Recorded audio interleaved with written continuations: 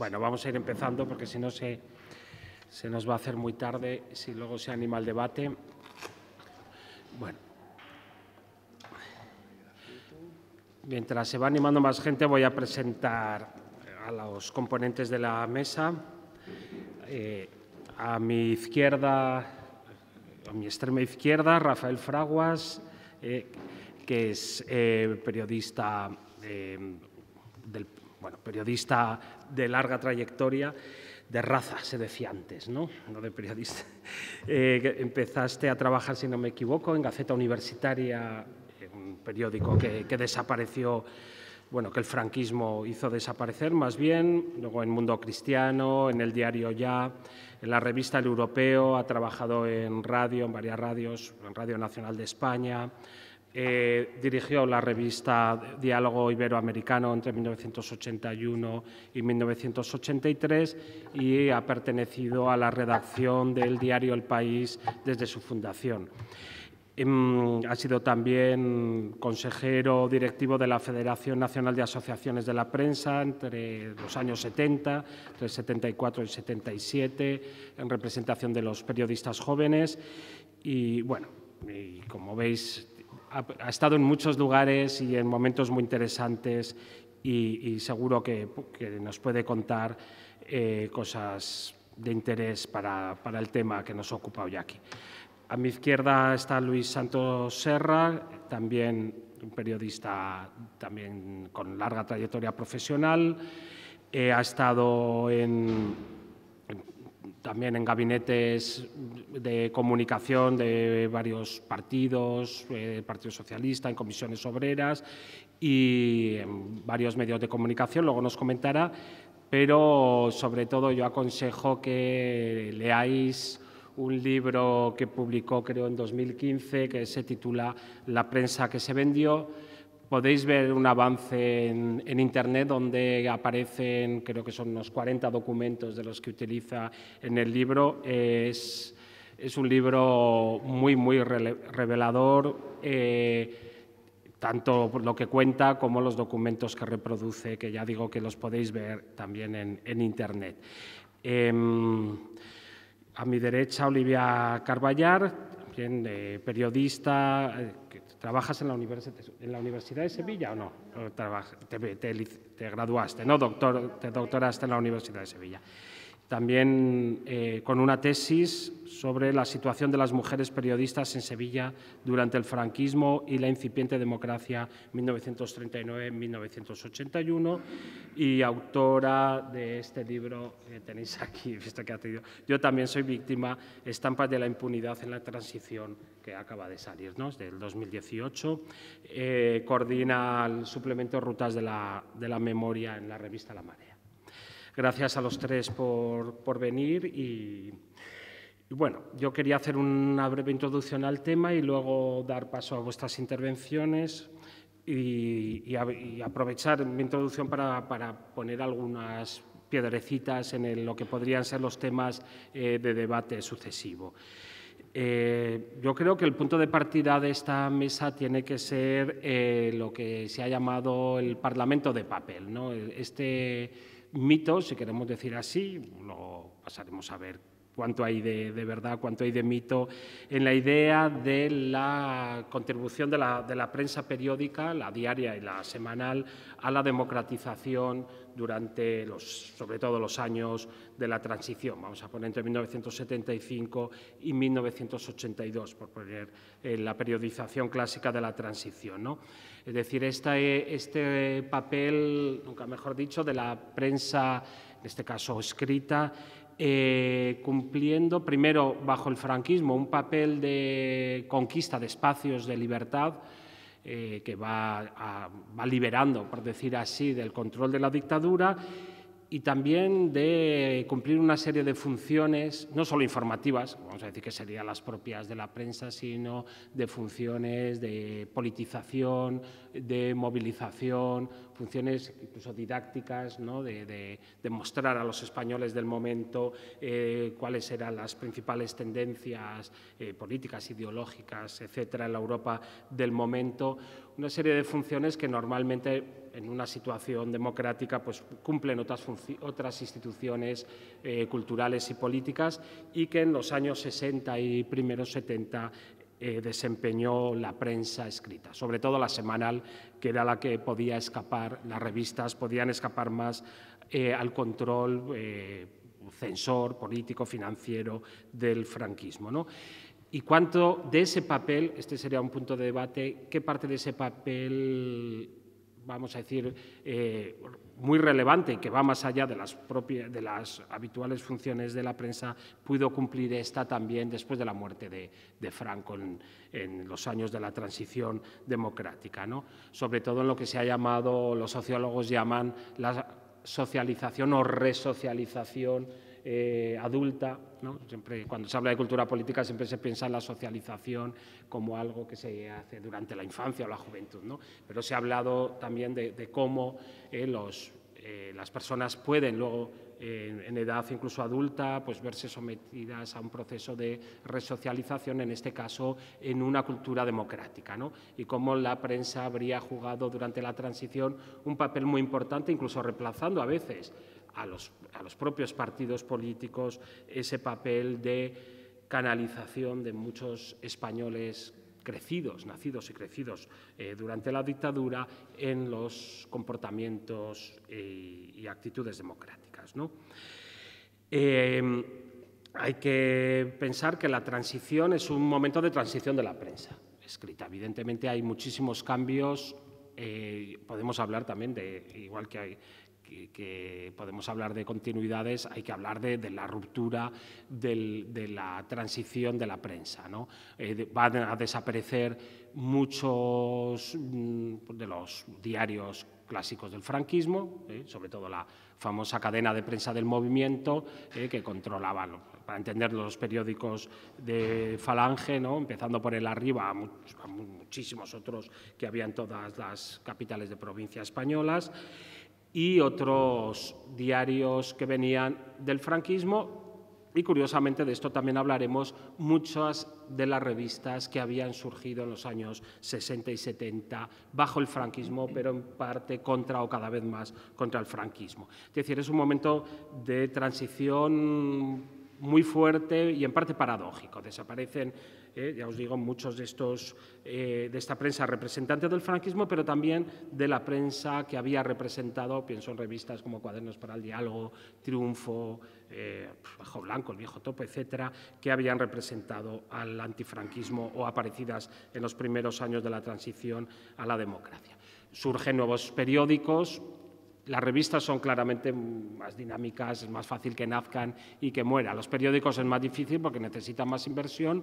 Van a nacer nuevos periódicos, hablaremos de ellos, El País, que en mayo del 76, Diario 16, a partir de Cambio 16, el Periódico de Cataluña, periódicos como El Avui en catalán o El Egin, el Deia y Egin en el País Vasco, etc. Es decir, es un momento, prácticamente aparecen tantos medios entre 1975 y 82, aparecen tantos como desaparecen. El número de cabeceras en la prensa diaria prácticamente se equilibra entre los que desaparecen y los que aparecen. En la prensa semanal, sin embargo, hay una caída muy importante. Luego veremos por qué a partir de 1978. Después de un momento de explosión de la prensa semanal y mensual de las revistas, veremos cómo a partir de 1978 desaparecen muchas de ellas y el número de lectores también baja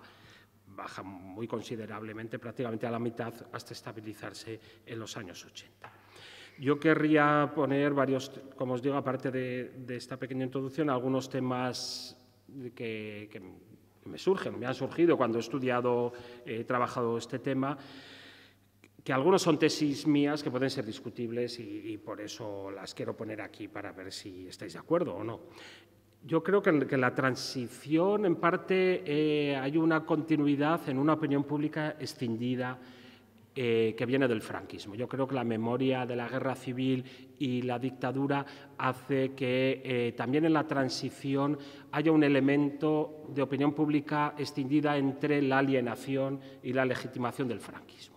Y eso dificulta que se construya un espacio de debate o de opinión como el que puede haber en muchos otros países europeos, donde esto claramente también se ha producido en el año 45, pues ha pasado en Italia, ha pasado en Alemania, pero claro, 30 años antes y se ha ido superando. Es difícil que se establezcan debates intelectuales o políticos entre periódicos como El País y el ABC, por poner un ejemplo, porque ya veremos que luego hay espacios de consenso, pero en otros niveles creo que sigue habiendo una escisión que se va a prolongar mucho, también en los años 80 y 90, y en parte ha llegado hasta ahora en esa escisión profunda que yo creo que es subterránea entre eso, una opinión que viene del franquismo, de entre quienes siguen legitimando la dictadura desaparecida y quienes han apostado más intensamente por la democracia.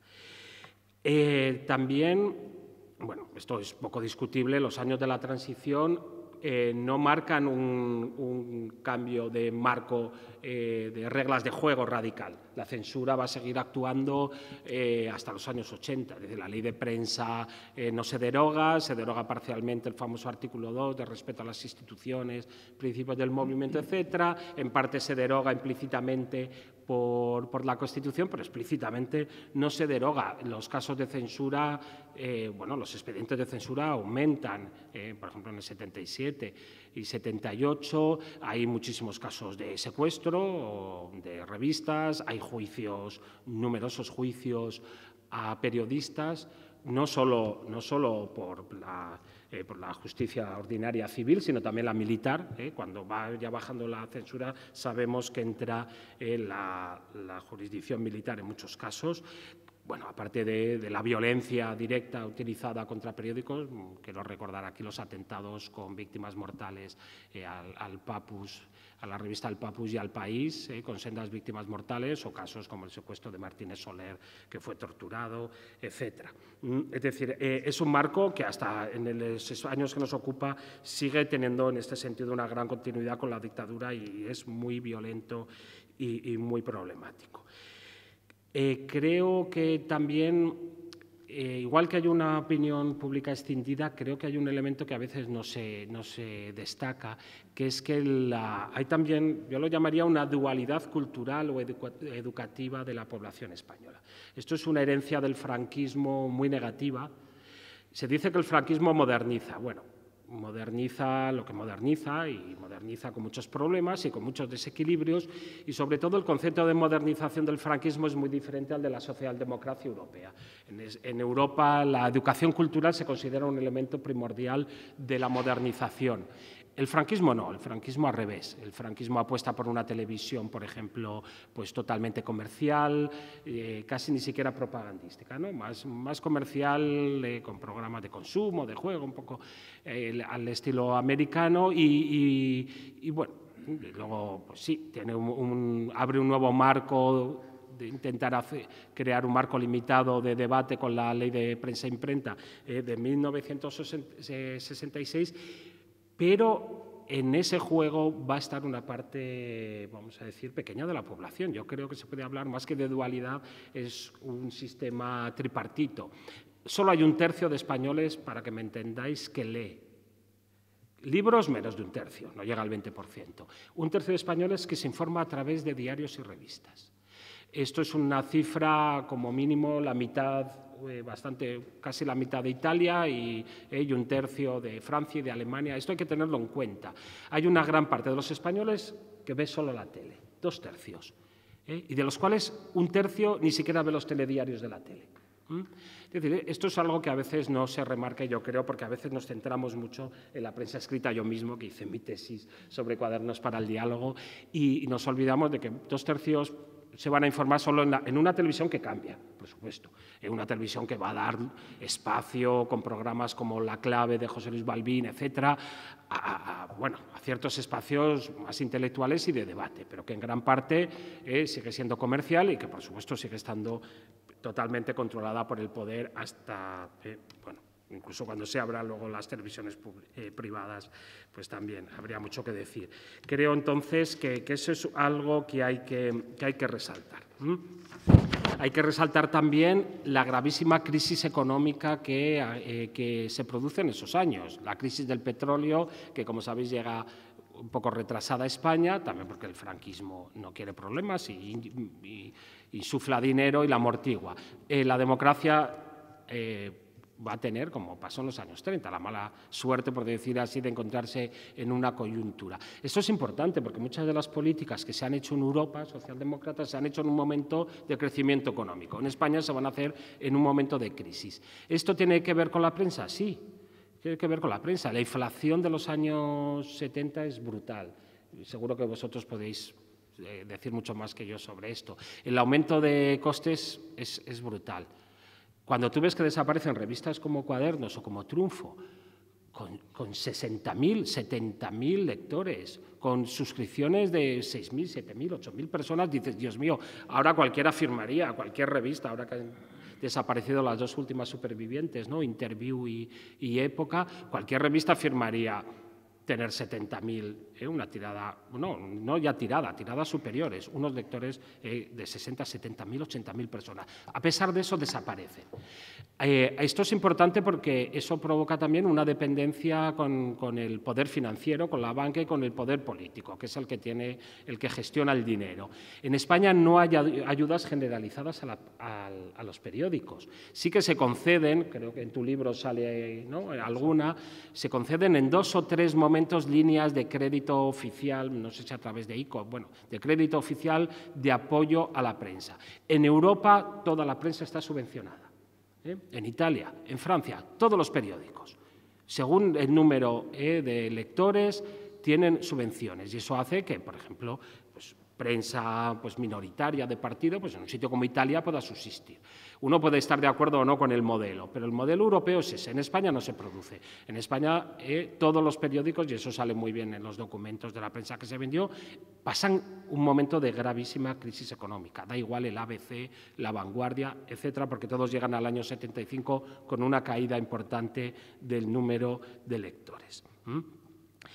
Hay que pensar, esto es importante, en la prensa escrita, la destrucción que supuso el franquismo. La prensa había vivido una época de esplendor en los años 20 y 30, con un aumento a partir de, incluso antes de los años 20, exponencial del número de cabeceras periodísticas, de revistas interesantísimas, pues no hace falta que... desde el Heraldo en Madrid, a Cruz y Raya, hay un montón, las empresas periodísticas de Ortega, hay tantísimos ejemplos de un momento de efervescencia española que no tiene nada que envidiar al resto de Europa. El franquismo va a acabar con esto, evidentemente, porque la prensa va a ser expropiada y cedida a los componentes de la coalición vencedora en la guerra, carlistas, Falange, la construcción luego de la cadena de prensa del movimiento, va a acabar hasta con gran parte de la prensa más dinámica de la propia derecha, el Debate, Acción Española, que no volverá nunca a ser a publicarse, ¿no? Esto es importante porque en el año 75 la prensa está totalmente desacreditada. Solo hay un periódico que supera los 200.000 ejemplares de tirada, que es La Vanguardia Española. Aquí también es importante, antes que he hablado de esta escisión de la opinión pública, también la escisión territorial. También es un país que, a diferencia, por ejemplo, de Italia, donde tú puedes publicar en Milán el Corriere della Sera, La Stampa en Turín, aquí La Vanguardia Española es el periódico que más tira, que más tirada tiene, pero no se lee fuera de Cataluña, prácticamente. Y tira más que la ABC en el año 75. Eso también es un problema de importantes periódicos, estoy pensando sobre todo en La Vanguardia, que no van a tener influencia fuera de Cataluña y, por supuesto, en Madrid. Es un sistema en ese sentido también muy centralizado, pero esto en relación con lo anterior. Entonces, esto hace que... Todos estos elementos hacen que haya una dependencia del poder político, que expresa muy bien tu libro, de la prensa que se vendió. Petición de ayudas, intento del control de algunos periódicos, los informes de Ignacio Aguirre, tío de Esperanza Aguirre, intentando utilizar el ABC contra El País, etc. Hasta cierto punto esto pasa en el resto de Europa.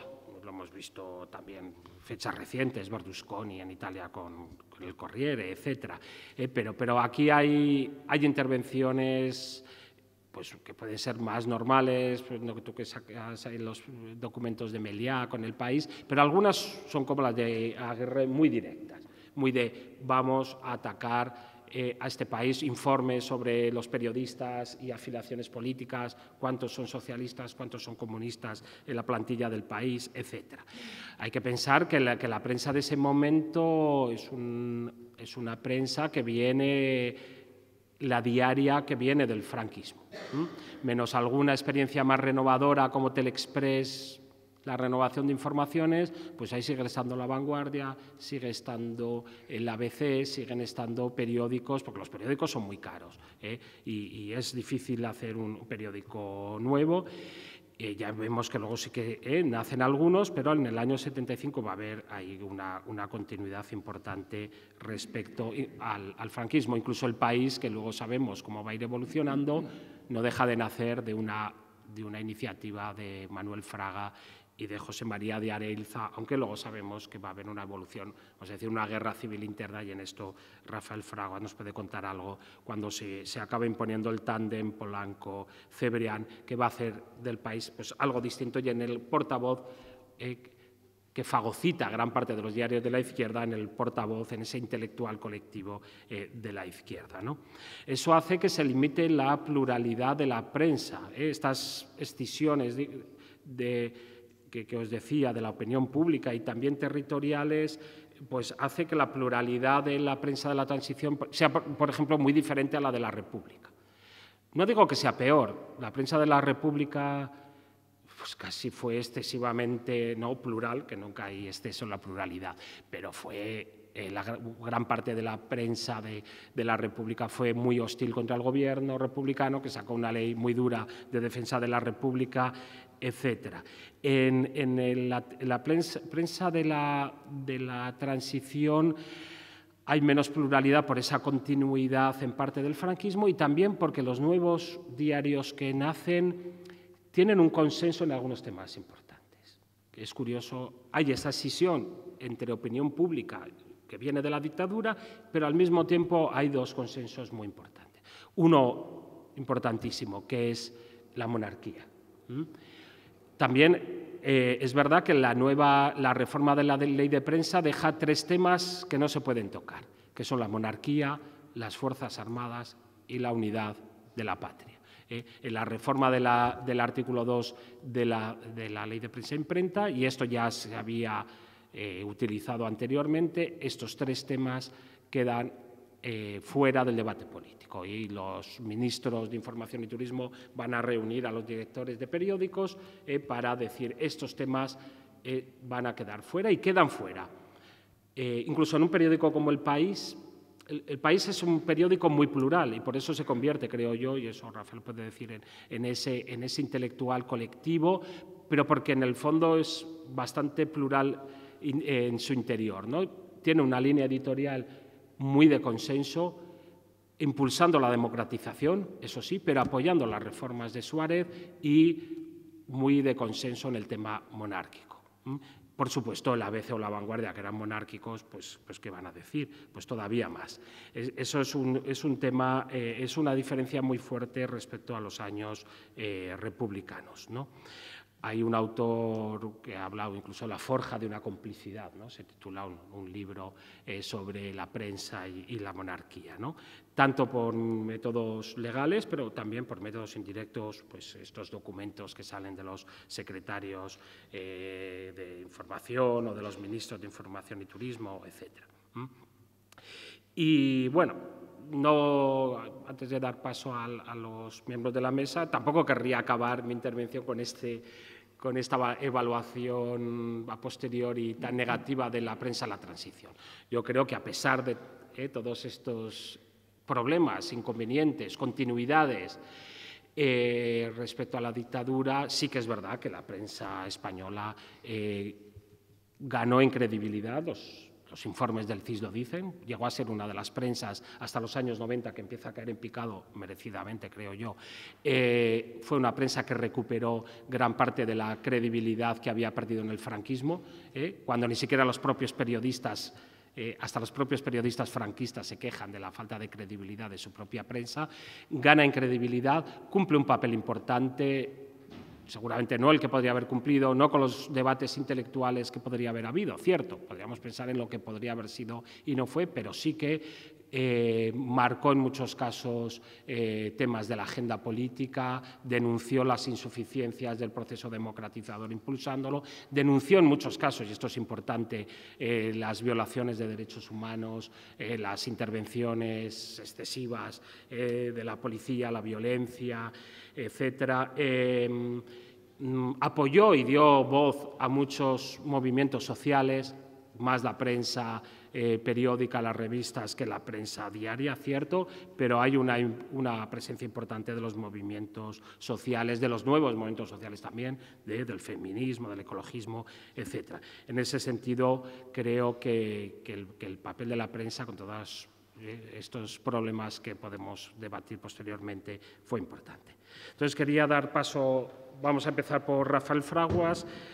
Yo creo que podrías hablar bueno, de lo que quieras, pero principalmente de tu experiencia en este intelectual colectivo tan decisivo en los años de la transición como fue el país.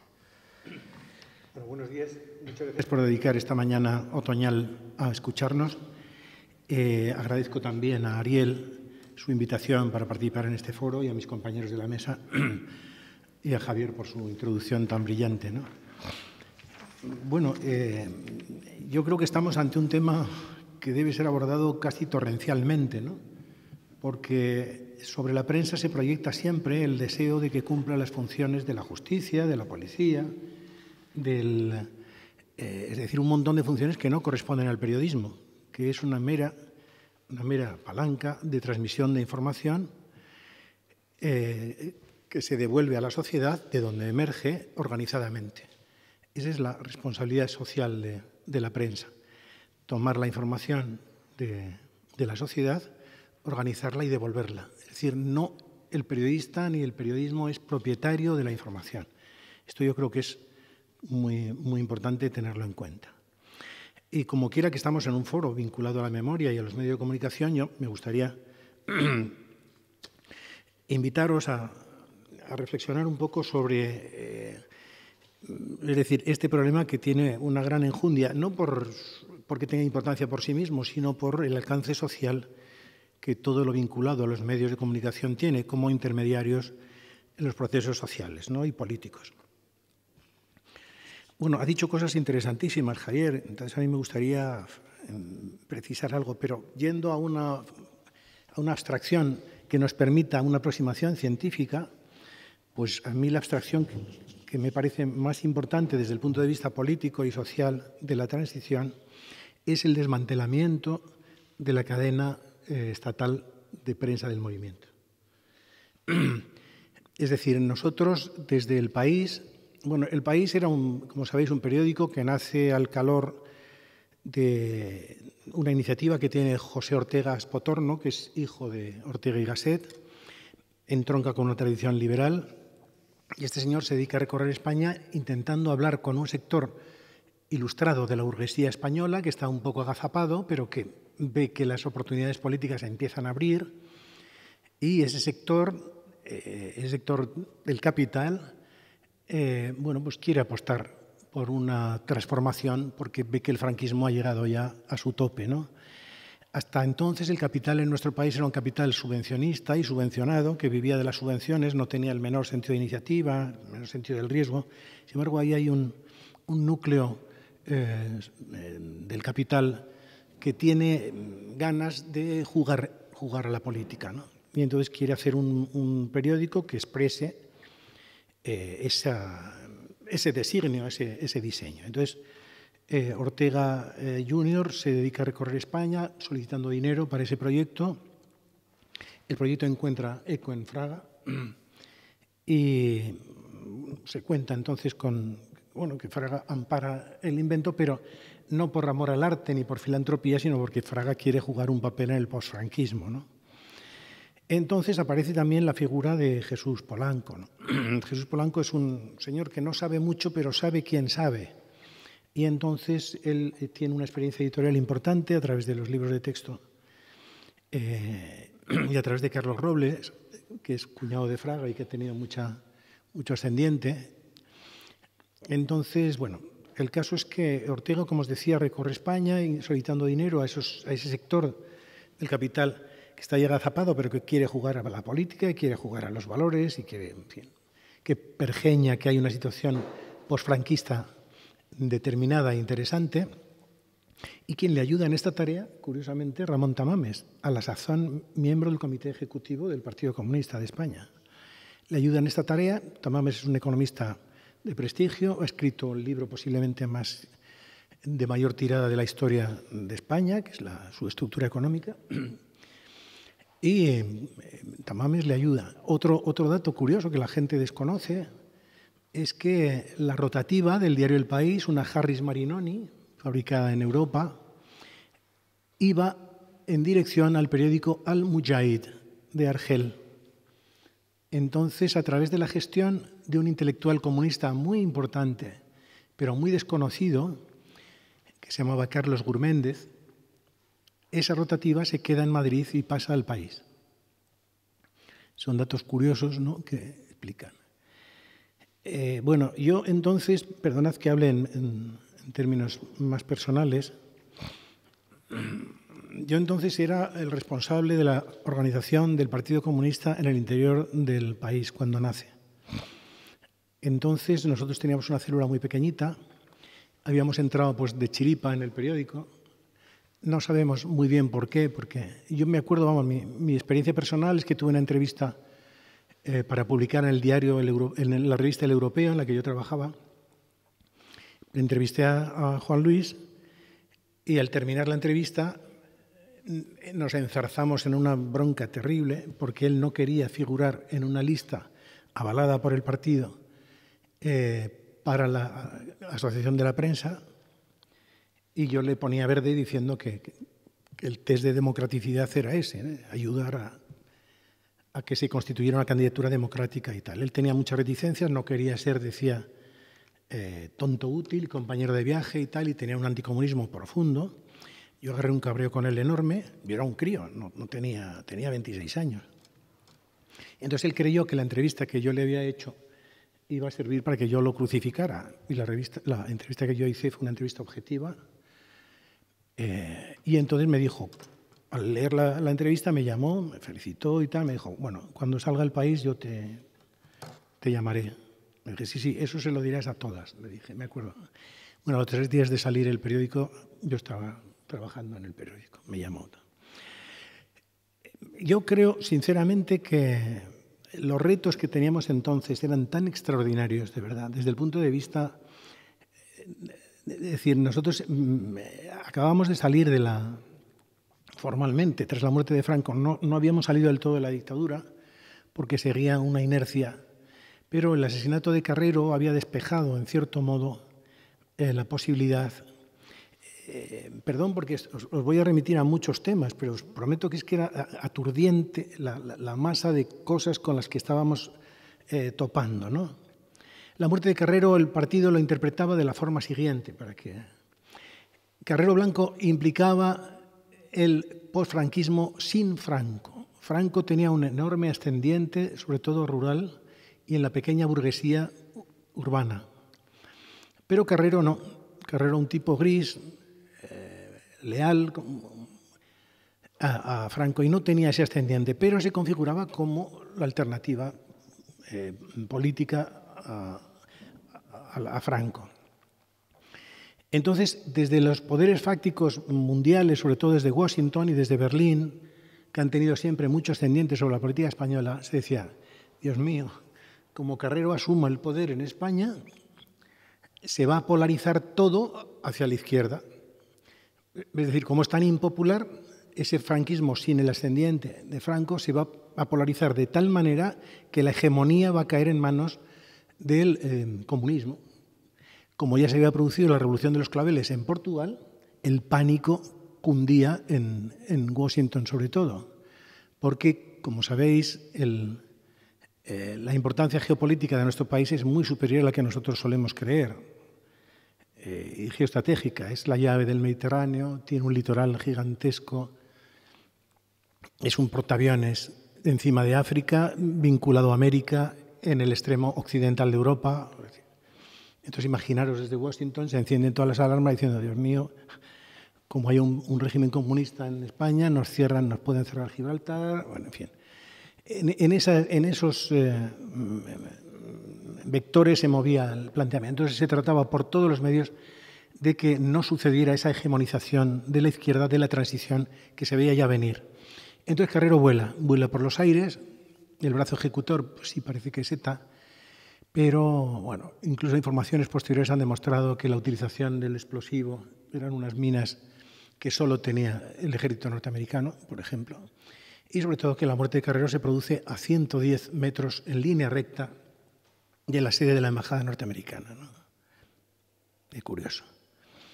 ¿Qué pasa con la muerte de Carrero? Bueno, pues que abre las expectativas a que se configure esa derecha liberal, conservadora y democrática que Franco se había encargado de aniquilar o de reducir a su mínima expresión, pero que tenía fuertes vínculos con la corona, sobre todo con Estoril, donde residía don Juan de Borbón, el padre del emérito.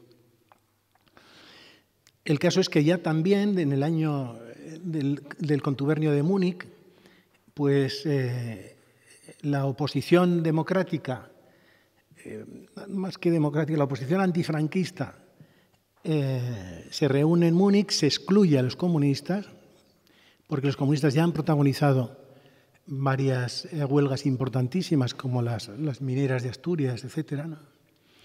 Y entonces aparece el espectro otra vez de que si el comunismo puede, es decir, la burguesía ya estaba al loro de que la hegemonía política de la transición podía ser capitalizada por el comunismo, ¿no? Entonces, bueno, volvemos a Carrero, Carrero vuela por los aires, se quita de en medio, surge esa alternativa y, curiosamente, la burguesía busca tener un medio de prensa importante como puede ser El País, aparte de otras cosas, ¿no?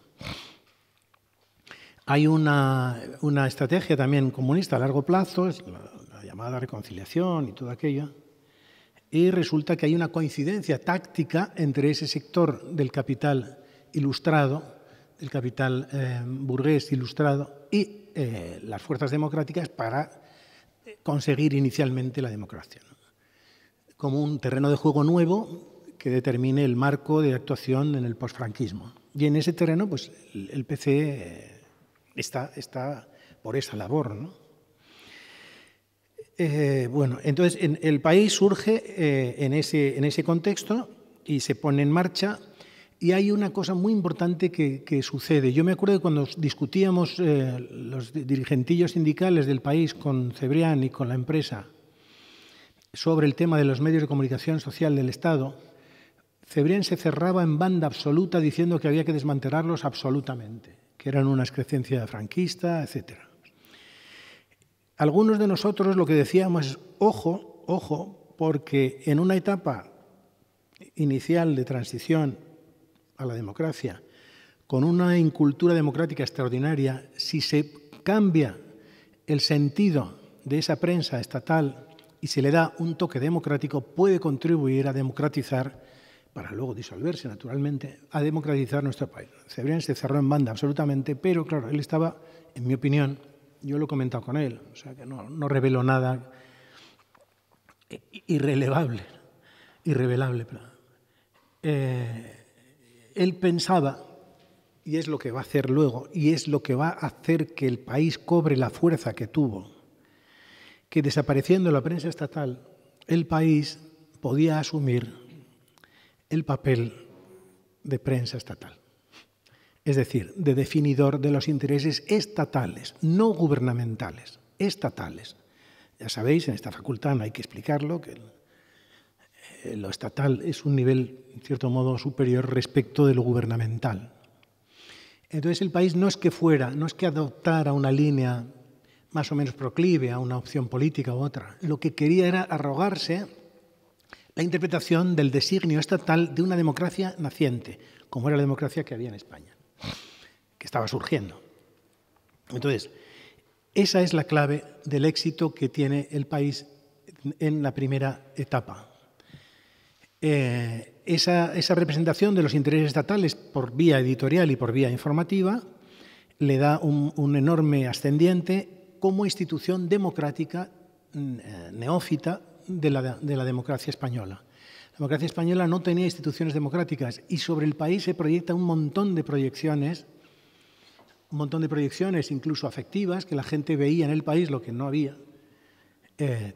Entonces el país medra, prospera, empieza a recibir un montón de publicidad, empieza a tener unas tiradas enormes y se convierte en el periódico que tiene más influencia y más tirada, lo cual no se da nunca. En Europa, Le Monde, por ejemplo, tenía mucha tirada, pero había François, a lo mejor, o otras publicaciones, o Le Figaro, tenían más tirada.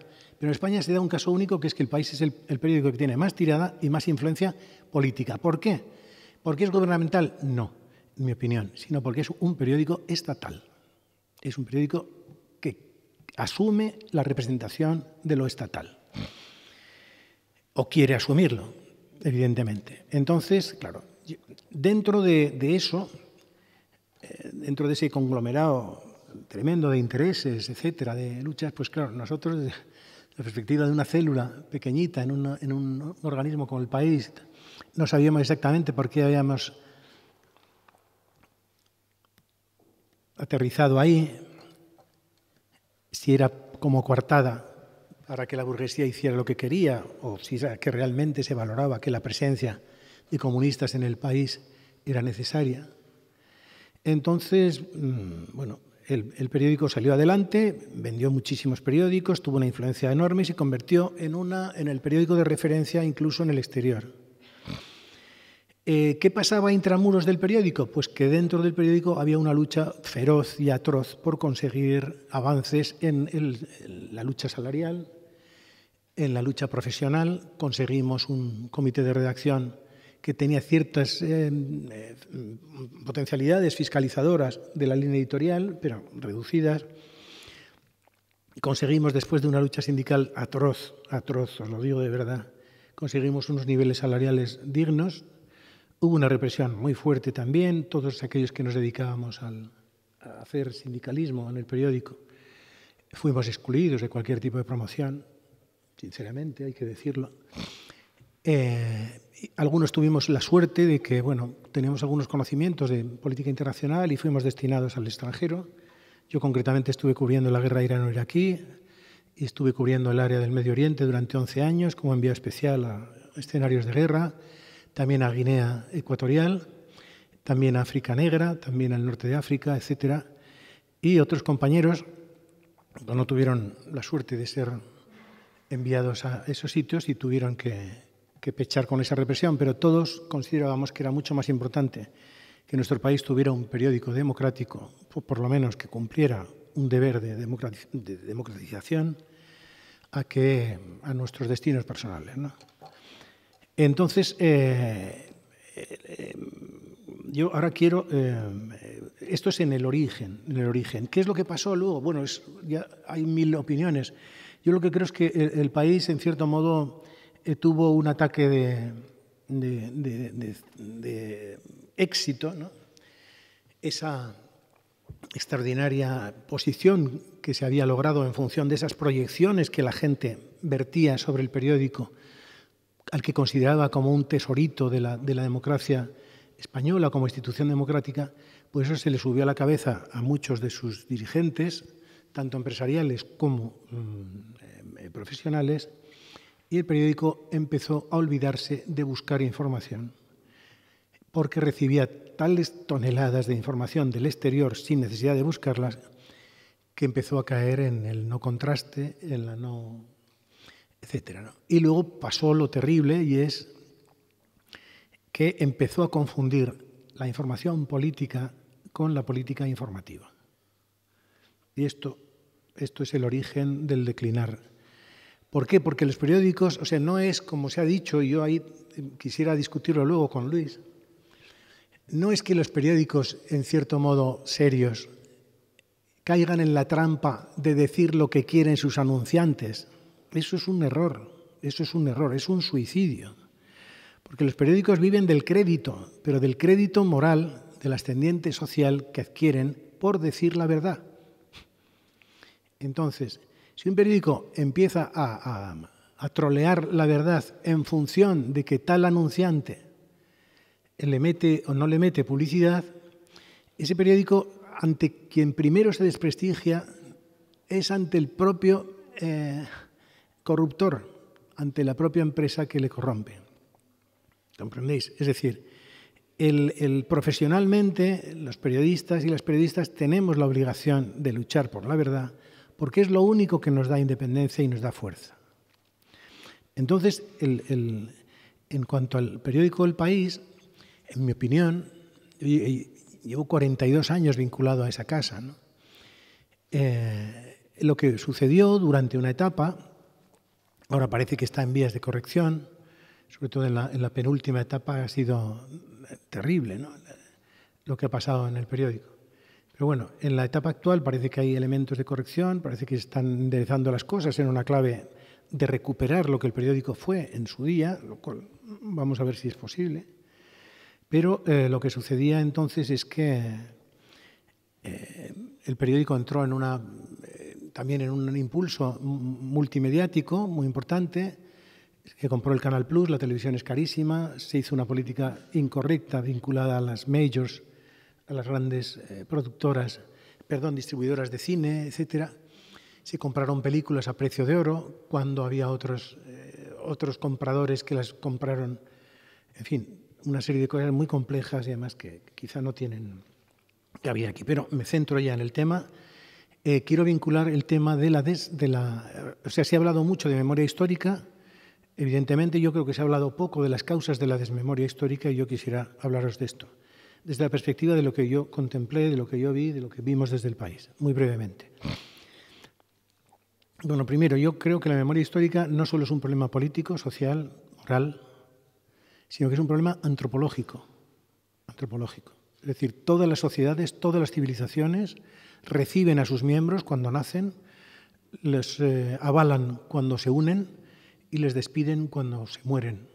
Aquí, en nuestro país, en función de una dictadura atroz, feroz, 40 años de represión sistemática, permanente, de censura, de secreto, de persecución.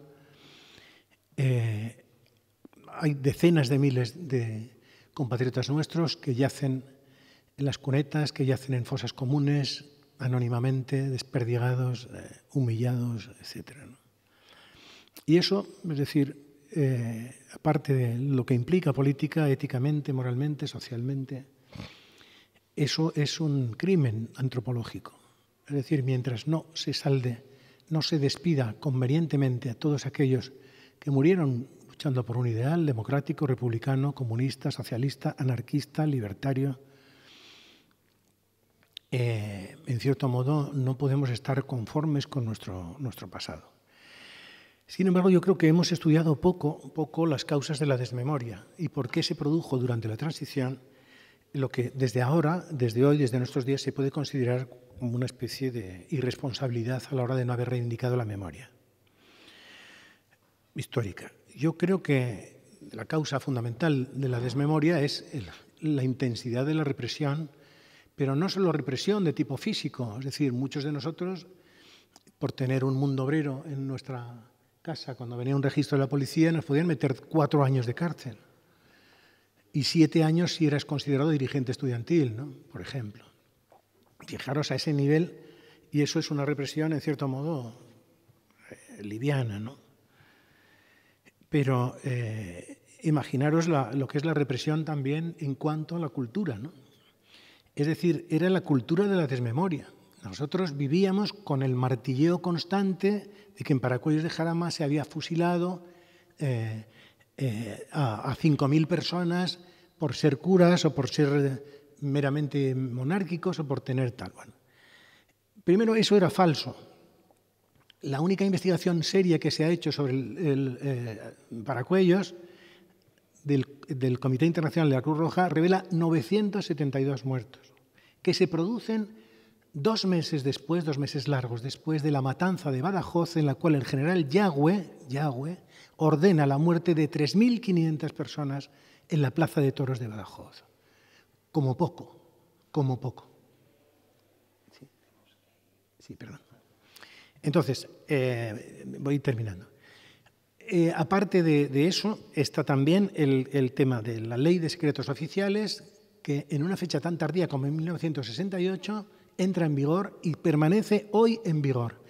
¿Qué caracteriza esa ley? Fundamentalmente, le caracteriza, sobre todo, el que no hay plazos de desclasificación de la información clasificada. No existen plazos. En Estados Unidos, Inglaterra, Alemania y tal información clasificada tiene un plazo de desclasificación de 50 años, otros de 25, otros de 10. Aquí no hay plazo, es decir, todos los secretos oficiales que se consideran secretos oficiales están sometidos al secreto. ¿Comprendéis? Es decir, eso determina, pues,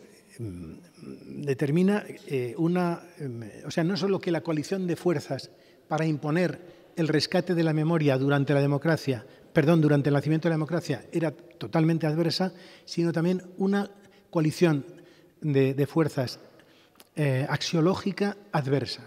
Es decir, luchábamos en un terreno que estaba totalmente desmantelado y axiológicamente por el franquismo, por la represión, por la censura, etc. Con lo cual, la lucha prioritaria, entonces, lo que explica la desmemoria durante los años iniciales de la transición es, y esta es la tesis de lo que os he contado, era la llave para rescatar la memoria y otras muchas cosas, era la conquista de las libertades democráticas. Eso es lo que determina ese plazo de distancia entre una cosa y otra. Yo aquí me paro y muchas gracias. Olivia, quizás podrías aportar algo sobre las mujeres en todo este proceso, visto que lo has estudiado. Sí, bueno, en concreto,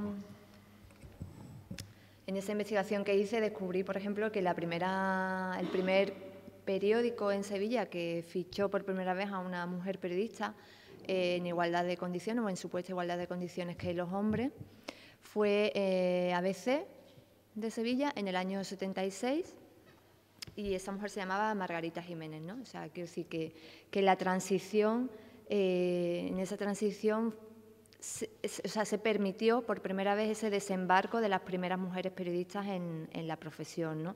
Un poco lo que yo vengo a desarrollar en esa tesis es cómo fue, cómo se transformaron las míticas locutoras de radio, ¿no? Que no eran en sí periodistas, la mayoría de ellas, en periodistas ya formadas como había, pues, hombres periodistas, ¿no?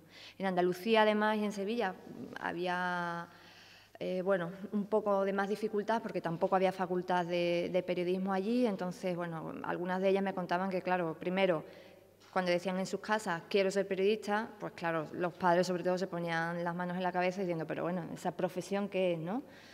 Y luego encima, si se tenían que ir a Madrid, pues era mucho más complicado. Y eso es un poco lo que yo desarrollo en esa investigación. En esta otra que acabo de publicar, bueno, que en realidad es un trabajo periodístico, se llama Yo también soy víctima, estampas de la impunidad en la transición. A mí cuando me lo encargaron, que fue relativamente hace muy poco, en abril, una pequeña editorial que se llama Atrapasueños, claro, yo dije, bueno, ¿y yo qué puedo aportar sobre la transición? Yo nací en la transición, en el año 79, no viví aquello. Y claro, decía, bueno, que ya se han hecho libros, otros periodistas habían investigado sobre la transición, hay, bueno, libros de Mariano Soler, ahora mismo también, precisamente, Carlos Fonseca ha escrito un libro sobre Yolanda González, en fin, tenía mis reticencias a ver qué podía aportar yo sobre ello, ¿no? Luego tampoco tenía mucho tiempo, ¿no? Tengo un niño pequeño, vivimos en la precariedad periodística en la que vivimos hoy en día y, bueno, finalmente vi que tenía 5 minutos entre lavadora y lavadora y dije, venga, pues voy a hacerlo, ¿no? Entonces, quería leeros cómo arrancó el libro, ¿no? Porque en realidad para mí ha sido como un viaje por la transición, ¿no? Y empieza así, dice, despego en Sevilla, el avión aterriza en Bilbao. Está lloviendo y no paro de tragar saliva. Las alturas me han dejado taponados los oídos. Espero, tras los cristales de la terminal, el autobús que me llevará directo a mi destino. Y ahora leo una cita de un libro que me acompañó esos días, que dice así: cierta gente en Ilmorog, nuestro Ilmorog, me dijo que esta historia era demasiado desgraciada, demasiado degradante, de forma que debería ser arrojada a las tinieblas. Otros adujeron que, como se trataba de algo tan penoso, debería ser borrado para que no se derramaran lágrimas por segunda vez. Este libro se llama El diablo en la cruz y es del escritor Tiongó. Ahí llega el autobús, entrego el billete y me siento frente al paisaje, en uno de los 2 primeros asientos de la fila contraria al conductor. El limpiaparabrisas me va hipnotizando y 1 hora y media más tarde sigo tragando saliva. En ese momento, justo en el instante después de tragar, pienso en la agradable sensación que produce volver a oír con nitidez. Suena el teléfono a escasos minutos de la cita. Perdona, no me puedo quedar mucho rato porque me han llamado del colegio para que recoja a mi hija, que se ha puesto enferma. Ya no llueve, el sol ha salido en San Sebastián, que era mi destino. No importa, ya estoy aquí, le respondo. Hay bullicio en la cafetería de la estación de autobuses donde Zuriñe Bravo, una chica de 37 años, higienista dental, se sienta dispuesta a hablar. Un zumo de naranja y un café sobre la mesa. Y sigue Tiongó. El diablo que nos hace sucumbir a la ceguera del corazón y a la sordera de la mente debería ser crucificado y deberíamos cuidar que sus acólitos no le bajaran de la cruz para que pudiera construir el infierno en la tierra. Incluso yo, el profeta de la justicia, sentí al principio esta pesada carga sobre mis hombros y exclamé: la selva del corazón humano nunca se ve libre de todos sus árboles. Los secretos de nuestro hogar no están hechos para los oídos de los extraños. Ilmorog es nuestro hogar. Hace frío también dentro de la estación, donde no se ve la luz del día, donde los autocares dejan y recogen a personas en un continuo deambular. Zuriñe, que tiene prisa por recoger a su hija, no se ha quitado el chaquetón, pero aguanta en la silla más de media hora, y luego otra media y otra más. Su gesto muestra una imperiosa necesidad de hablar de otra mujer a la que no conoció, a la que quizá casi ningún lector o lectora de este libro conozca. Se llama María José Bravo del Valle. Era su tía, hermana de su padre. La violaron y la mataron el 8 de mayo de 1980, cuando iba en una moto con su novio hacia una revisión médica. Él se había quemado la mano en un accidente de trabajo y recorrían ese camino llamado de la Misericordia y situado en el Alto de Zorroaga, desde su barrio, Loyola. A él, Francisco Rueda, lo golpearon hasta casi matarlo. Ambos tenían 16 años. Y entonces la madre de Guaringa, prosigue el diablo en la cruz, vino a mí al romper el amanecer y me suplicó, deshecha en lágrimas: Tañedor de Jicaandi, relata la historia de la niña que tanto amé, arroja luz sobre lo que sucedió, que solo los que conozcan toda la verdad puedan entonces emitir un juicio. Tañedor de Jicaandi, contador de cuentos, revela todo lo que está oculto. El crimen, reivindicado por el grupo terrorista de ultraderecha Batallón Vasco Español, no se investigó nunca, no se juzgó nunca. Tampoco en casa, casi siempre nunca, se habló de él. Alberto, el padre de Zuriñe, el hermano de María José, está cansado. Le duele que nadie le llamara para mostrarle su apoyo, para darles una simple condolencia. Han pasado 38 años. Él ya no quiere hablar, me contaba Zuriñe. Y yo le digo que me cuente para que lo pueda trasladar, que no cuenten otros otra historia, que se sepa lo que pasó. Lo decía aún con el chaquetón puesto, porque esa mañana, pues Zuriñe estaba dispuesta a hablar y hablar de su tía María José Bravo del Valle. Esta, como digo, es una de las ocho historias que conforman este libro, un viaje periodístico, por esos 8 casos que quedaron sin justicia, sin reparación y sin verdad. Y remarco la verdad, como ha dicho Rafael, ¿no? Porque creo que de las 3 reivindicaciones que hacen las víctimas, ¿no? Creo que es en la verdad donde el periodismo puede hacer una aportación importante. La verdad no entendida como algo absoluto, cerrado, ¿no? Me refiero a la verdad de estas historias que forman también parte de la transición. Hay historias que fueron buenas en la transición y hay historias que fueron malas. Para unas personas la transición fue una historia de éxito y para otras personas la transición fue una historia de fracaso e incluso de infamia. Y lo que no podemos hacer como periodistas es contar solo una parte, contar solo la parte buena, sobre todo si contar solo la parte buena implica enterrar la parte mala. No sé cuántas personas que hay aquí conocen el caso de María José Bravo del Valle, ¿no? Yo no lo conocía. Quizás a algunas les suene más también por la insistencia última no, han tenido insistencia durante todos estos años, pero bueno, ha salido muchísimo en prensa últimamente, que es la familia de Manuel José García Caparrós, que fue un joven asesinado en la histórica manifestación del 4D en Andalucía, en Málaga. Y ahora, al entrar en la facultad, veía los rostros de algunos de los asesinados en Vitoria, ¿no? Yo me pregunto eso, si conocemos las nuevas generaciones, qué ocurrió en Vitoria en 1976 o en los Sanfermines del 78, o si conocemos el caso Almería, por ejemplo, ¿no? El caso Almería, que ocurrió en el año 1981, y ese caso, pues bueno, se puede resumir de la siguiente manera. 3 chavales venían de Santander, iban de Santander hasta Almería, uno de ellos era de Almería, iban a la comunión del hermano, ¿no? Nunca llegaron a la comunión, llegaron a Almería y por el camino, bueno, ese día anterior había habido un atentado de ETA y cuando estaban en Almería varios guardias civiles los detuvieron. Ellos alegaron que los habían confundido con los etarras y los desmembraron, los torturaron, los calcinaron, los asesinaron. De los 11 agentes implicados, solo 3 fueron juzgados en una causa donde los familiares, que eran las víctimas, recibieron amenazas, donde el abogado de las víctimas era también el amenazado y donde los periodistas que querían investigar también pues eran señalados, ¿no? Y esto ocurrió, como digo, en el año 1981. Yo conocí este caso a finales de los 90, cuando estaba estudiando periodismo, y me lo contó uno de los periodistas que investigó en ese momento, Antonio Ramos Espejo. Hasta entonces nadie me había hablado del caso Almería, ni yo sabía lo que era el caso Almería, ¿no? Bueno, en todos estos casos, como digo, hay personas muertas, asesinadas, y en ninguno se ha hecho justicia. Es verdad que, como en el caso Almería, sí hubo un juicio, pero en realidad pues, no se hizo justicia. De los 11 guardias civiles, solo 3 fueron condenados y además cumplieron la mayor parte de la pena en centros militares, ¿no?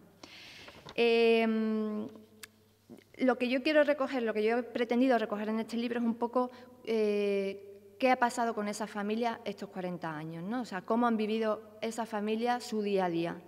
¿Quién les ha ayudado? Si alguien les ha pedido perdón, disculpa. Y paso a leer un pequeño fragmento muy chiquitito de Mari Carmen, que es hermana de Juan Mañas, uno de los 3 jóvenes asesinados en el caso Almería. Esto dice Mari Carmen, dice: cuando al principio fuimos al monolito que se levantó en honor a mi hermano y los amigos en Gergal, mi madre se encontró un trozo de cráneo y decía que era de él, de Juan. Lo cogió y se lo metió en el bolsillo y se tiró con el cráneo guardado años y años. Tú dime a mí, decía Mari Carmen, para una niña con 15 años y para un niño como Francisco Javier, que era el chico que iba a hacer la comunión, lo que aquello puede ir creando dentro. Y no tuvimos ayuda psicológica ninguna. Yo veía a mi madre todos los días, con el trozo de cráneo, con los recortes de periódico y con varias pertenencias de él, un trozo de jersey que le trajeron en un sobre. Me acuerdo cuando él llegó aquel último día a Almería, que me había comprado un jersey de hilo, era por este tiempo, como ahora, era mayo cuando yo le hice la entrevista a esta mujer, y me dijo, ay, déjame el jersey que me lo ponga. Lo mataron con ese jersey y le trajeron a mi madre el trozo de jersey con trozos de carne pegada.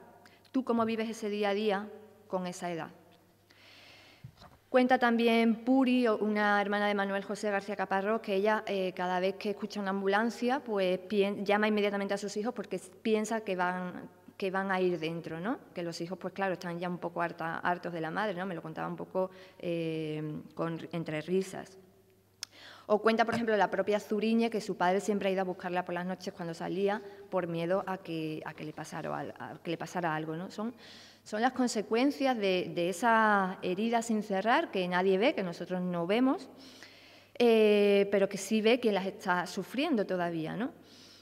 cómo han vivido, por ejemplo, los familiares de los abogados de Atocha, cómo ha vivido, por ejemplo, a uno de los que sobrevivió, ¿no? Alejandro Ruiz Huerta Carbonell, que está también en el libro.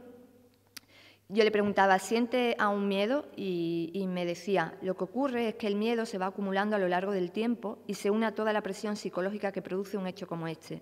Me ha costado mucho y te afectan cuestiones como el saber relacionarte con la gente. He pasado muchas veces por tratamientos psiquiátricos, he sentido inseguridad personal, inseguridades afectivas. Por eso me tuve que plantear, después de mucho esfuerzo personal, que yo tenía que volver a vivir. Y luego, sencillamente, pues hay otra gente que no quiere hablar todavía. Me fui a una casa del Cerro del Águila, un barrio de Sevilla, donde asesinaron también de un disparo al aire a un albañil en una manifestación de los trabajadores y trabajadoras de la empresa Itasa. Este albañil se llamaba Francisco Rodríguez Ledesma, ¿no? Y dice así la parte esa del reportaje que escribo, ¿no? La casa estaba cerrada a cal y canto. La puerta es de chapa marrón. Me dice una voz, sí, soy yo. La puerta chirría cada vez que la mujer, asida a ella, da un paso hacia adelante o hacia detrás. Yo no quiero recordar eso, me dice. Tiene ganas de cerrar, pero se resiste a hacerlo. Yo no. Mira con miedo al vacío, sin entender por qué han venido a preguntarle 40 años después. No quiero hablar, adiós, muy amable. Y aquello de lo que no quiero hablar, como digo, esta mujer sextuagenaria, ocurrió el 8 de julio del 77 en Sevilla, justo un año antes del disparo que acabó con la vida de Germán Rodríguez en Pamplona, unos meses antes de los que acabaron con la vida de Manuel José García Caparrós en Málaga y Javier Fernández Quesada en Canarias.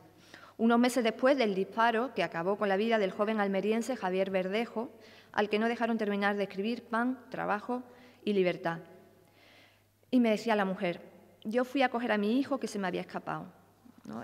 La puerta seguía ahí chirriando a un ritmo, digo yo, entrecortado entre el futuro y el pasado. El disparo, como digo, al final alcanzó al albañil Rodríguez Ledesma.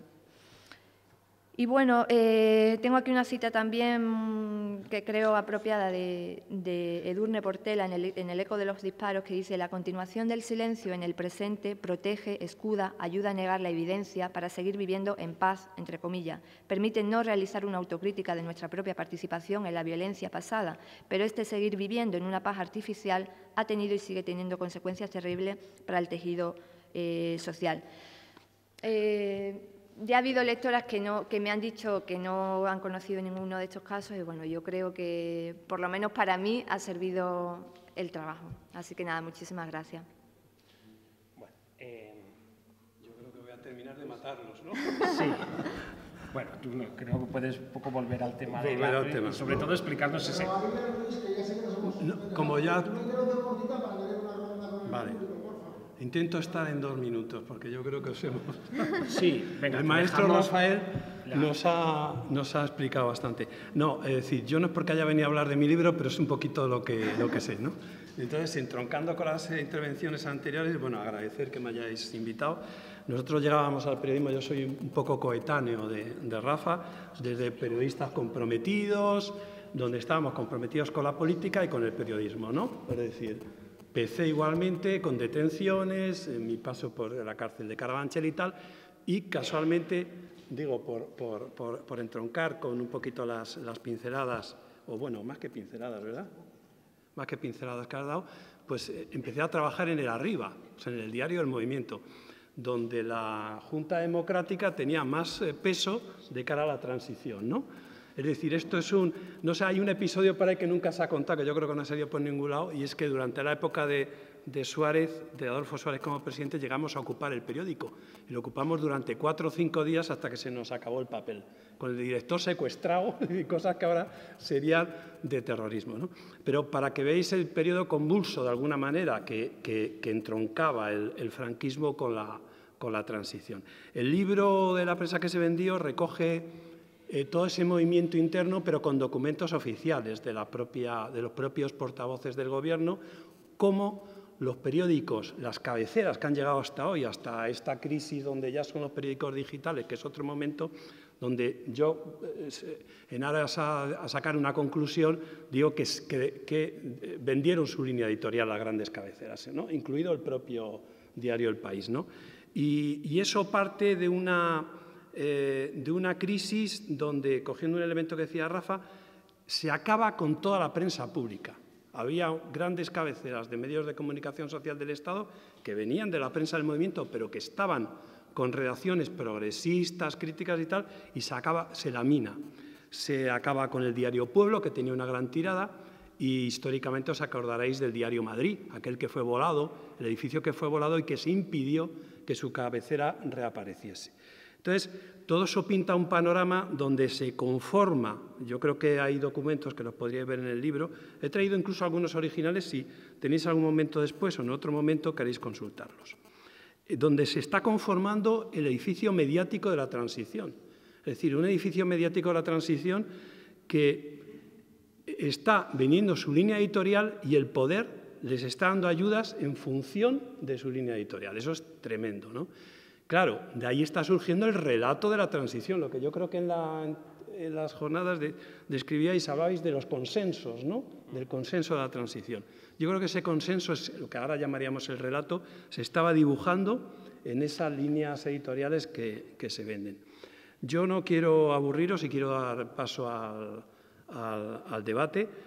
Creo que en el libro se demuestra, es decir, yo tengo dudas sobre si ha habido el tema que planteabas al principio, la continuidad, franquismo, tal. Nosotros en aquel momento, ¿verdad?, era un debate, Rafa, sobre ruptura y reforma, ¿no? Ese era el debate político que había, ¿no? Reforma y ruptura. Se terminó encontrando un término ahí como de síntesis, un poco como si fuese ahora un poco con lo del Brexit, decía la ruptura astillada. Es decir, ¿qué ocurrió? Que de alguna manera sí se heredó todo ese caudal del franquismo. Yo, si queréis, os cuento una anécdota. Yo me fui del PC en el momento que lo legalizaron. ¿Por qué? Y sigo compartiendo toda esa política. Es decir, no es que me haya hecho más radical. Yo sigo compartiendo ese mundo. Es decir, llegamos con la bandera cuando te legalizan y un camarada en la Puerta del Sol dice, camarada, bajar las banderas porque podemos molestar al poder. Entonces ahí dejé el PC. Pero esa anécdota casi cinematográfica refleja un poquito ese periodo que Rafa describía desde otro punto de vista y cómo los medios de comunicación, a su vez, paralelamente, se estaban sometiendo. ¿Hasta dónde llegó el franquismo? Bueno, nosotros lo veíamos en la Brigada Política Social, heredamos a los mismos policías, no hay un vídeo en niño, hay muchos vídeos en niño. De hecho, a mí en una detención me suben a un despacho, de repente más grande, yo dije, yo no voy a declarar más nada, yo no voy a decir más nada, no queremos hablar. Yo, ¿pero qué queréis hablar? Eso os juro que es verídico, están a decir. Y dice, nosotros somos, y querían hablar, había 4 o 5 policías, y me dice, nosotros queremos hablar contigo. Digo, ya sabéis con quién tenéis que hablar, si queréis hablar con alguien. Claro, yo detenido no estaba en condiciones de... Y entonces dice, nosotros vamos a seguir siendo policías, esté quien esté. Joder, eso se cumplió. Eso se cumplió. Entonces es terrible, ¿no? Entonces, nosotros vivíamos en ese periodo donde la Brigada Político-Social siguió, donde siguieron tantas y tantas cosas. Y a nivel de medios se laminó todo lo público, os he dado unos cuantos ejemplos, la cadena de medios, el diario Pueblo, el diario Madrid, donde el empresario era Calvo Serer, que era Opus Dei, pero ¿cuál era su delito? Que había pactado con Santiago Carrillo en la Junta Democrática. Entonces, no quiero entrar en muchos detalles, o sea, si sale alguno porque están también en la memoria de los tiempos.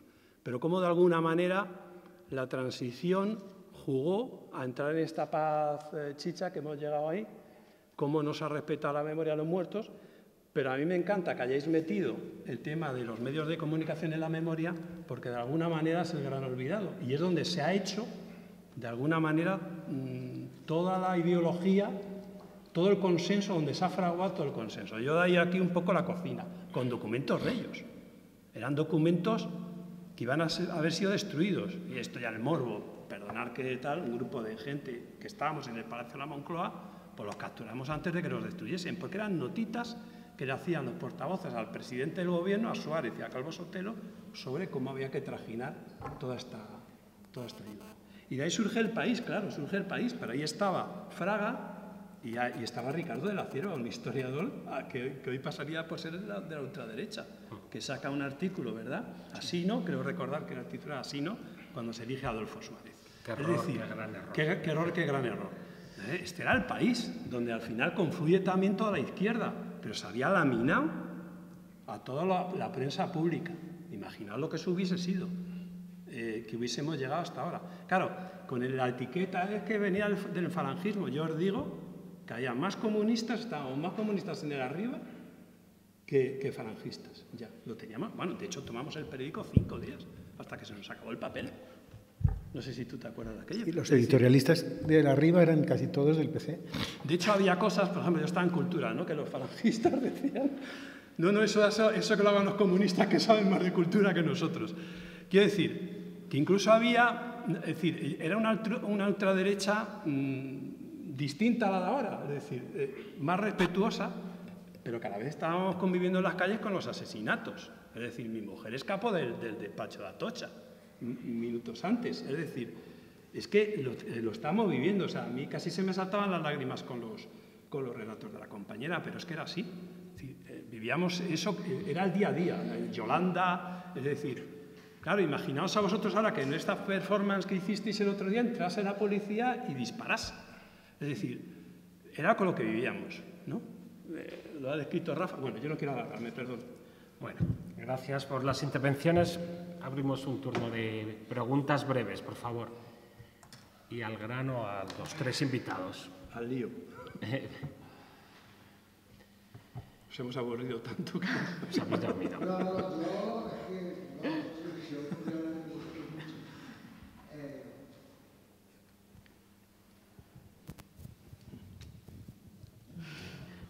Nadie se le ocurre nada. ¿Permitís un añadido, si queréis, un pequeño añadido? Pero pequeño, ¿eh? Muy pequeñito. Es decir, en toda la transición, en los periódicos y concretamente en el nuestro, había una especie de política informativa de francotiradores. Es decir, yo me acuerdo, la primera información que hice en el periódico fue de un señor republicano que había venido a vivir desde el exilio a Hoyo de Manzanares y entonces se escapó un disparo de un cañón de un polígono que había artillero en el Cerro de San Pedro, en Colmenar Viejo, y cayó justo enfrente de su casa. Y cuando yo le entrevisté, usted acaba de venir del exilio, ¿no? Sí, sí.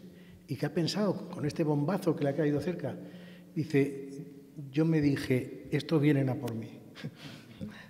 Es decir, fijaros, bueno, es la primera información. Me refiero a los francotiradores en el sentido de que piano, pianito, informativamente íbamos colando goles. Por ejemplo, las primeras informaciones que se dicen, se escriben en España sobre el maquis son en mi periódico y tengo el honor de haber sido uno de los primeros en haberlo, la guerrilla antifranquista que estuvo hasta los años 50. Las primeras informaciones que hay sobre la masonería en España durante la transición son también obra nuestra. Las primeras informaciones sobre el maltrato a la mujer, haciéndolo salir de la esfera de la privacidad y convirtiéndolo en un problema objetivo, también. Eran pequeños goles que nos costaba un montón convencer a la dirección de que eso era noticia y que había que informar. Sí, es que ahí es llamativo cómo los años de la transición, ¿no? Nosotros identificamos los años de la transición como un bloque, cómo muchas de estas cosas cambian después de la Constitución y cambian a partir del 82 con el Partido Socialista en el poder. Ahora Paloma Aguilar, por ejemplo, ha sacado un libro sobre las primeras exhumaciones de víctimas del franquismo en La Rioja, en Extremadura, en Navarra, que luego se van a paralizar en los años 80. Eso sale en el documental después de... Y eso pasa todo mismo la prensa. Yo he mirado los debates en El País sobre la memoria histórica, qué hacer con los nombres de las calles, y hubo debates. Luego son silenciados. En los años 80 no va a haber debates. En los 70 sí. Eso es... Bueno, a mí me gustaría un poco rescatar la importancia digamos, de estos diálogos intergeneracionales para recomponer un poco una evaluación y un relato que creo que todavía nos queda, digamos, mucho por hacer y creo que también de desarrollar desde el punto de vista de un análisis crítico, sobre todo digamos, porque estamos en una situación en la que de nuevo, digamos, tampoco tenemos muy claro qué papel va a jugar la prensa en el futuro, ¿no? Y en ese sentido un poco, digamos, apunto a una cosa que planteaste, Rafa, que me parece, digamos, muy importante, que planteabas un poco que el periodismo como tal no se puede hacer cargo de todo lo que se le reclama en términos de ese ejercicio de reflexión intelectual que tiene que hacer una sociedad para poder pensarse. Pero lo que es verdad es que en el imaginario liberal que tenemos, nos guste o no nos guste, el periodismo en sí mismo ha sido autopromocionado como el cuarto poder, como el perro guardián, y en última instancia es, digamos, el gran vector intelectual que cuenta la sociedad para poder informarse, evaluarse, diagnosticarse y, en todo caso, plantear, bueno, cómo va la cosa, ¿vale? Totalmente de acuerdo que yo no voy a hacer la trampa un poco de quedarme solamente en eso. Yo lo que estoy planteando es cómo se hace una textura intelectual de una nación, ¿vale? Cómo se conecta el periodismo con los debates que pueda haber. Y ojo, en estas jornadas nos falta claramente, digamos, lo abordamos tangencialmente, sobre todo con el lado de los estudiantes, pero nos falta abordar qué papel ha jugado la universidad en la producción de la memoria y la desmemoria, ¿vale? Que también tiene lo suyo, para empezar, de cómo no recepcionamos al exilio en un contexto donde era un gran patrimonio cultural que necesitamos para transformar un espacio académico que heredó lo que heredó, ¿vale? Lo mismo que el periodismo heredó lo que heredó. Y ahí es un poco las cuestiones que, digamos, que lo que estaba planteando Olivia, de cómo determinadas cosas han sido sistemáticamente sepultadas y olvidadas. Hoy nos damos cuenta qué tiene que ver esto con las cloacas y con un Villarejo que sigue incidiendo en nuestra esfera pública, ¿no?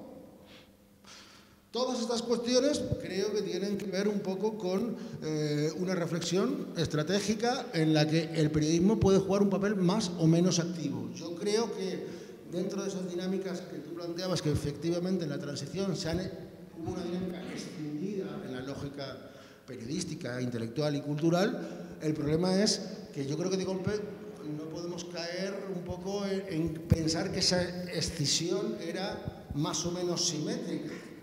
No, era simétrica. Lamentablemente, en términos hegemónicos, la escisión de ese trabajo que se hace por activar X prensa es una prensa que va a ser un caudal de emisión y capacidad de llegada para minorías intelectuales, donde la televisión sigue operando como sigue operando. Y, ojo, los imaginarios en el que se forjó, en términos de identidad intelectual y política, la televisión durante el franquismo, lamentablemente en democracia, y hoy vemos, creo que en la crisis que tenemos hoy en términos de identidad española, vemos que la identidad española castellano parlante y la que debería jugar la perspectiva del nacionalismo español, pues la tenemos todavía en un marco bastante reaccionario, ¿vale? Vinculado a unas lógicas todavía de memoria que yo creo que tenemos que todavía revisar. Solamente quería apuntar un poco esta necesidad de hacer esta reflexión y que nos deberíamos tener más espacios de este tipo, ¿no? En un contexto como el que estamos viendo, que ha llevado una lógica en la que Trump y Bolsonaro han llegado a la presidencia, ¿vale? En un nuevo contexto antideliberativo, ¿vale? Que anteayer o la semana pasada, Partido Popular, PSOE y Ciudadanos, ¿vale?, han vuelto a votar una legislación que permite que llegue la publicidad de los partidos a la telefonía móvil, que Europa nos está diciendo que no puede ser, ¿vale? Y me refiero, estamos de nuevo alimentando la lógica identitaria de confrontación sin abrir espacios deliberativos que tendríamos que abrir los medios convencionales. Entonces, yo creo que ahí, desde la evaluación, el diagnóstico que podríamos llamar reformista socialdemócrata, no nos podemos chupar el dedo. Tenemos que tener un planteamiento de intervención mucho más concreto y estratégico en términos de qué va a quedar de esta esfera pública que hoy tenemos movilizada en una situación preocupante. Me quedo por aquí. Si tenéis algo que comentar de la intervención de Ariel, te contestas. Sí. ¿Queréis comentar algo de la intervención de Ariel? Sí, sí. ¿Alguien tiene alguna pregunta más? Si no, yo porque ellos interactúen, que si no... Sí, allí hay una voz pedida. Así sumamos Claro. varias intervenciones.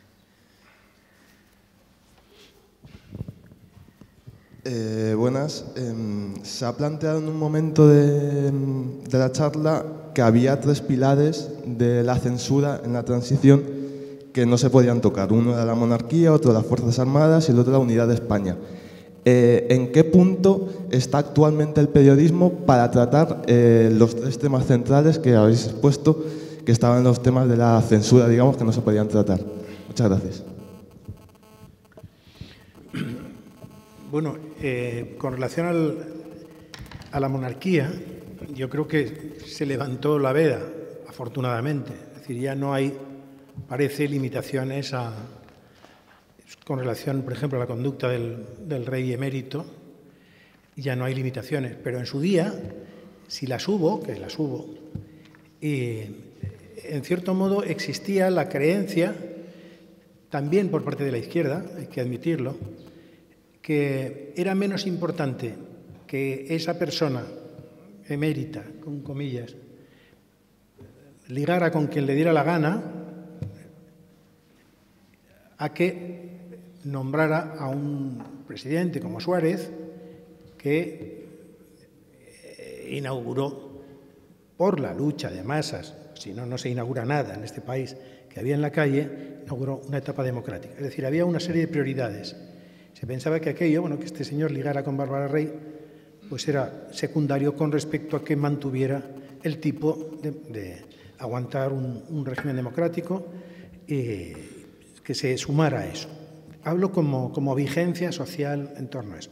Con relación a las Fuerzas Armadas, bueno, se considera, aunque eso está por ver después de las últimas manifestaciones colectivas de una parte del colectivo de las Fuerzas Armadas, que las Fuerzas Armadas durante la transición adoptaron un papel, en cierto modo, de observación expectante inicialmente y luego se dedicaron a la política internacional, a la guerra de Bosnia, etc.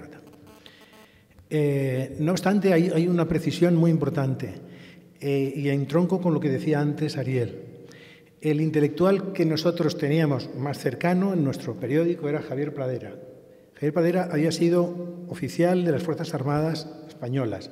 Era hijo de un protomártir de la Cruzada y él era comunista. Entonces Javier Pradera es fichado por Polanco cuando ya está en la disidencia comunista, se enfrenta a Carrillo junto con Semprún y son expulsados del PC. Bueno, pues este era el intelectual, era el editorialista más importante que tenía el periódico. ¿Qué pasa con Javier Pradera? Bueno, Javier Pradera conocía el ejército por dentro y sabía, como sabe todo el mundo, que la irrupción de las Fuerzas Armadas en la política española era la gran lacra que había determinado todas las tribulaciones de nuestro país. La irrupción, la falta de respeto de los militares por la dimensión civil del poder. Desde mediados del siglo XIX era permanente. 2 dictaduras abiertas, 4 dictaduras soterradas, 4 guerras civiles, siempre un papel nefasto por parte de las Fuerzas Armadas. Dictadura de Primo de Rivera y dictadura de Franco por irrupción tal. ¿Qué es lo que pasa? Que se produce un desconcierto extraordinario dentro del mundo también intelectual. Y en ese mundo intelectual se piensa, y Javier Pradera era uno de los alarifes de esa construcción, que la única manera de acabar con la autonomía política que el ejército español tenía sobre la política española era meterse en la OTAN. ¿Qué es lo que sucede? Que parece que Javier Pradera se olvidaba de que dentro de la OTAN países como Grecia y Turquía habían tenido sendos golpes de Estado de extrema derecha. Sin embargo, ese mensaje lo adopta el PSOE también, y el PSOE avala la metida en la OTAN por parte de Calvo Sotelo, por la parte de atrás, que, como sabéis, en el momento que llega al poder, después de haberse derrocado desde UCD con presiones norteamericanas y alemanas a Suárez, lo primero que hace Leopoldo Cabos Sotelo es meter a España en la OTAN. Hoy, no obstante, esa situación parece que ha cambiado. Empero se produce yo creo, una cierta involución ideológica dentro de las Fuerzas Armadas cuando un sector de esos saca un manifiesto que ya lleva unos 600 firmas, la cual dice que a Franco no se le toca y que no se le puede sacar del valle, etc., ¿no? El otro vector que decías, monarquía, Fuerzas Armadas, el tercero, ¿cuál era? Unidad de la la unidad territorial. Bueno, lo estamos viendo con relación al tema catalán, ¿no? Es decir, con relación al tema catalán, pues es un proceso complejísimo, es un asunto histórico, etcétera. Pero lo que hay es una falta de análisis de la estructura de clase catalana respecto a la estructura de clase del resto del país. Si analizamos en términos de clase, eso yo creo que vamos a tener una serie de datos muy importantes que nos van a ilustrar qué es lo que está sucediendo. Pero eso no se tiene. Creo que Armando Fernández Steinco ha hecho un análisis muy detallado sobre eso que os remito a él. Perdón por extenderme mucho. Yo creo que en teoría se ha desbloqueado el poder hablar ahora más, ¿no?, del rey, un poco lo que decía Rafa, de las Fuerzas Armadas y tal, pero por otra parte vivimos, yo creo que un momento contradictorio con la ley Mordaza, donde yo creo que estamos dando un paso atrás de siglos casi, es decir, donde nos estamos incorporando casi a legislaciones predemocráticas, ¿eh? O sea, la ley Mordaza, donde yo he visto a muchos directores de periódicos y tal definirse como que no estaban amenazados por la ley Mordaza, o sea, que estaban de acuerdo, ¿no? Con lo cual eso generaba un movimiento donde no se dice explícitamente la ley Mordaza, se liga a estos tres temas, pero de alguna manera, y es unido, lo hablábamos antes de venir aquí, con la precarización que ahora es tan absoluta en los medios de comunicación, donde hay una autocensura brutal y donde tú escribes, no hace falta que te den órdenes, donde tú casi escribes y entonces es incómodo, con lo cual casi hay elementos menos críticos ahora. Surgen desde el sensacionalismo, casi hemos conocido más del rey y tal en Telecinco que en periódicos serios y tal, ¿no? Es decir, pero es decir, como si la telebasura de repente estuviese abriendo una ventana de libertad. Es decir, es contradictorio totalmente. Es decir, entonces yo atravesaría los dos fenómenos donde aparentemente se puede hablar, donde se ha desbloqueado eso que teníamos antes de esto no se puede tocar.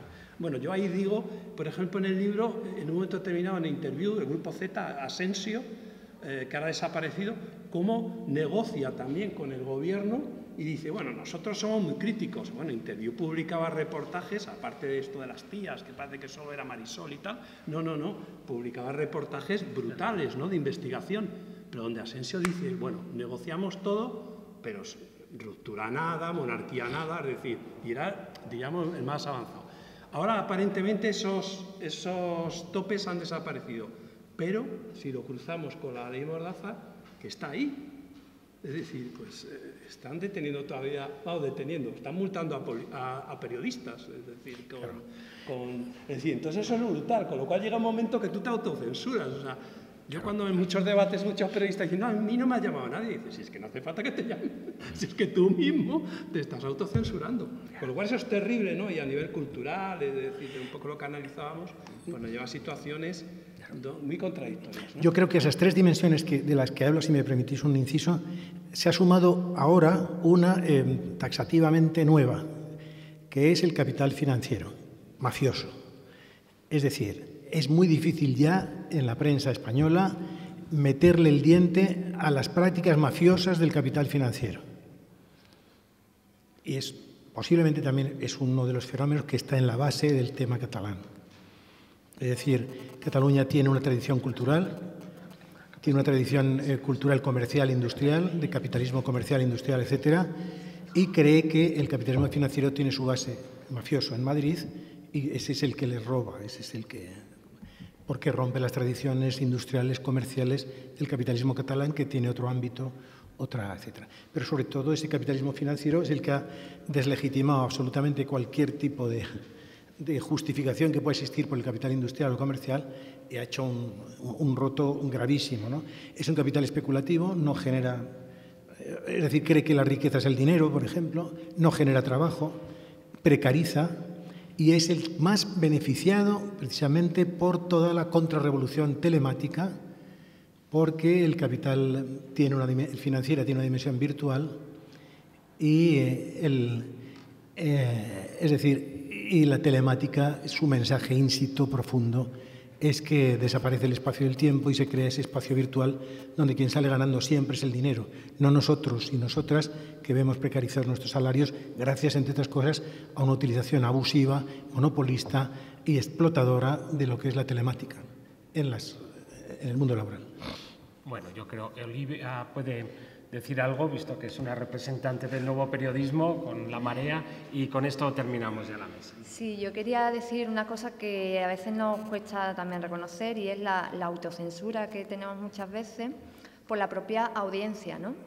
O sea, ahora mismo estamos en unos niveles de polarización, yo creo, brutales, y muchas veces o es conmigo o contra mí, ¿no? O sea, no hay margen para los matices, que también los hay, ¿no? Y estamos llegando a unos niveles de enfrentamiento brutal, dentro incluso, bueno, lo hemos visto con Cataluña, por supuesto, pero lo estamos viendo también incluso dentro del feminismo, ¿no? O sea, hay muy poco margen para debatir con matices, que no todo es blanco y todo es negro, ¿no? Entonces, ¿eso qué pasa? Porque al final nosotros acabamos de hacer, que todavía no ha salido, pero ya está impreso, un dossier en La Marea un poco sobre esto, ¿no?